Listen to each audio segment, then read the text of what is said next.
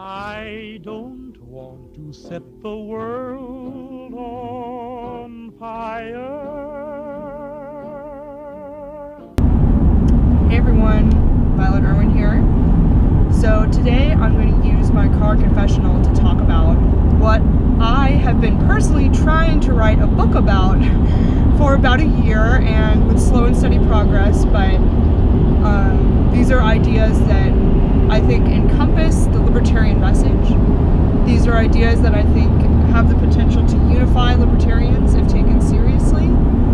And I also think that these ideas have the potential to take libertarianism to the next level of understanding. What I would call my book, if it were complete, is the Property Manifesto. My thesis is that all rights are property rights, and that to achieve the libertarian goal, so to speak, the real way to approach the philosophical problem is to approach all rights as property rights. Now, within that vein, I propose that there are 4 kinds of property, some of which we already know about. The first is real property. Now, real property is the kind of stuff that you think about when you think about property rights. Probably you think about your land, you think about what we would call in law the bundle of sticks, which is the rights that come along with the ownership of your land. So, if you own land, it gives you the right to do a lot of things, like exclude, like to enjoy that land, like to use that land to, you know, foster agriculture, to build a house on it, to build fences on it, to do whatever. It's your land. You get to do what you want on your land. So there's a bundle of rights that come with property ownership. Now, it's really clear to think about that when it comes to real property, because you can just say, yeah, if someone comes onto my land, that's a trespass, and that's illegal, and that's a property right violation, and I can sue them, and in certain instances that's also criminal, and you know, you can be prosecuted for that. The same thing is also true, and it's pretty easy to understand, personal property, because that's something that all of us have, and things that we use in our everyday lives, like this car I'm driving right now, like this camera I'm recording with right now. These are my possessions, and they are my personal property. And if someone else takes these, that's theft, right? We all kind of agree on that. It's one of the basics in our common law society. You can't take other people's stuff. It's pretty simple, right? This is my car. You steal my car, that's Grand Theft Auto. You take my camera, it's not Grand Theft, but it's still theft. It might be like petty larceny or something like that, but it's still theft. So those are the first 2 kinds of property, real property and personal property. Now the other 2 are the ones that I think people greatly overlook and have not understood, and that's why we end up with all of these, whoa, what the hell, holy shit, are those styrofoam cups? Holy fuck. Well, there's like a box of styrofoam cups on the highway that I just had to drive over, so this is a really great time to do my first video blog, apparently. But in any event, let's talk about the 3rd and 4th kind of property. So let's talk about the 3rd kind, property of body, first. It's a little bit easier to understand than property of mind, and if you understand property of body, property of mind makes more sense. Okay? So, property of body is the idea that you own your body. Like, your personal property is stuff that's external to you, and your real property is land and, you know, stuff that's attached to the earth, so to speak. But your property of body is your ownership of your body. And that's why it's very clear to us, we don't even question, that you have the right to wear your hair how you want. You know, you can cut it how you want, you can color it how you want. You can get tattoos, you can paint your nails, you can pierce your ears, you can wear whatever clothes you want, you know, you can adorn your body with whatever you want. The same way you own a Christmas tree as personal property and you can put whatever you want on a tree, you own your own body, and so you can put whatever clothes you want on it, right?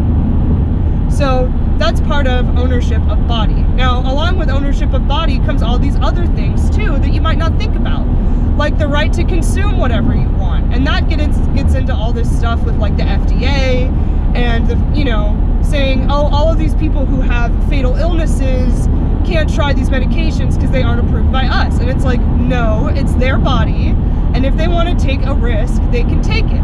And that's why the drug war needs to be ended as well, and all this crap with Jeff Sessions just right up this alley, okay? Because you own your body. You have the right, if you want to, use drugs. And you don't have to, but you don't have the right to tell someone else that they can't consume something with their own body, because they own their body, and if they purchase the said drugs, they own the drugs too. So you can't tell them what to do with their personal property or their property of body, and therefore that's the problem. So, and I only bring up these examples in this video just purely to illustrate what I mean when I say property of body. So that's another property right.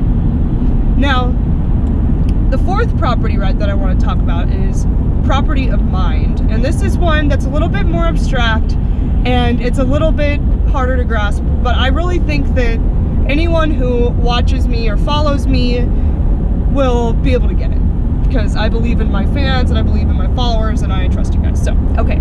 So property of mind. This is the idea that you own your mind, right? And owning your mind means you have the right to think what you want, right? Your brain is in your body. You own your body. You own your brain. Without your brain, you cannot live. Your mere consciousness is dependent on your brain, and you own it. It's yours. You don't own anyone else's. You can't read anyone else's. You can only hear your own thoughts. You own those thoughts, right? So that's where we start to get into stuff like freedom of conscience, right? Where you get to believe what you want. The government can't come in and tell you that any particular religion is the religion that you have to believe. They can't tell you that you have to think a certain way about politics or about the government. They can't tell you, they just can't tell you what to think. Now, what's so much fun is when we really blend the property of body and property of mind, because that's when we get the most fundamental rights of all, which are freedom of speech, freedom of association, and freedom of religion. Okay? So freedom of speech, though, is what I'm going to focus on in this video, just to illustrate how the combination of property of body and property of mind account for all of the other rights that are not protected by the property rights, which would protect personal and real property. So if you own your brain and you own your mouth, you have a right to do whatever you want with your brain and your mouth. And therefore, whatever thoughts you have in your brain, you are allowed to espouse with the mouth that you also own, right?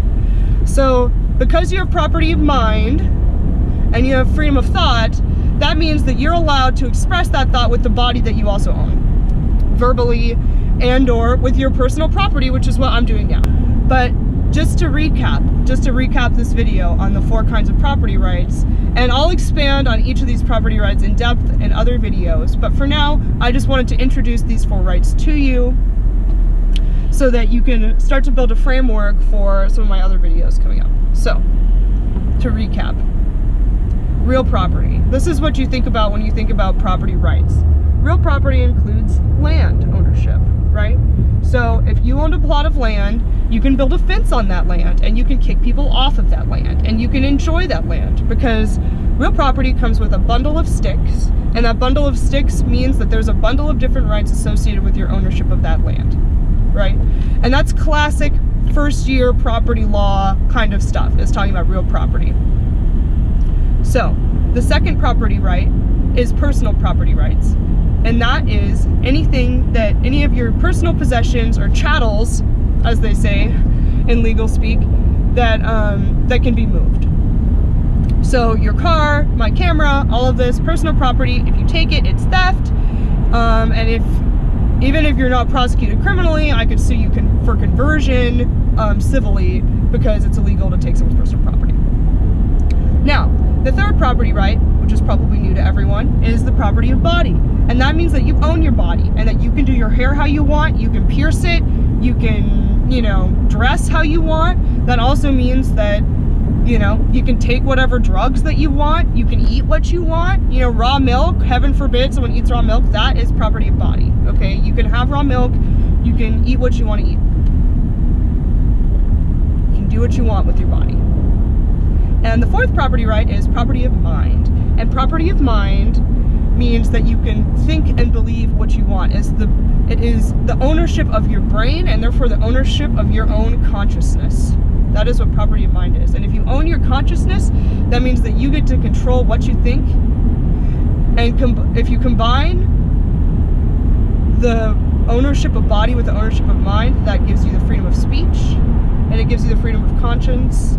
Because if you get to believe whatever you want because you own your mind, and you can say whatever you want because you own your mouth and your face and all of the muscles that control your speech, then you get to express whatever those thoughts are that you create with your property of mind via your property of body. And in this day and age, we often use our personal possessions to get that message out there. And often we're on our real property, or located on our real property, while we're using our personal property to use our property of body to express those thoughts which we have created with our property of mind. So I guess to have an example where I use all four of my property rights at once, had I been recording this video on land that I owned, I would be located on my real property using my personal property, which is my camera, to record the product of my property of body, which is my speech, that is the result of the thoughts that were created through my property of mind. And that, my friends, are the 4 rights of property. Thanks for watching. Click to subscribe.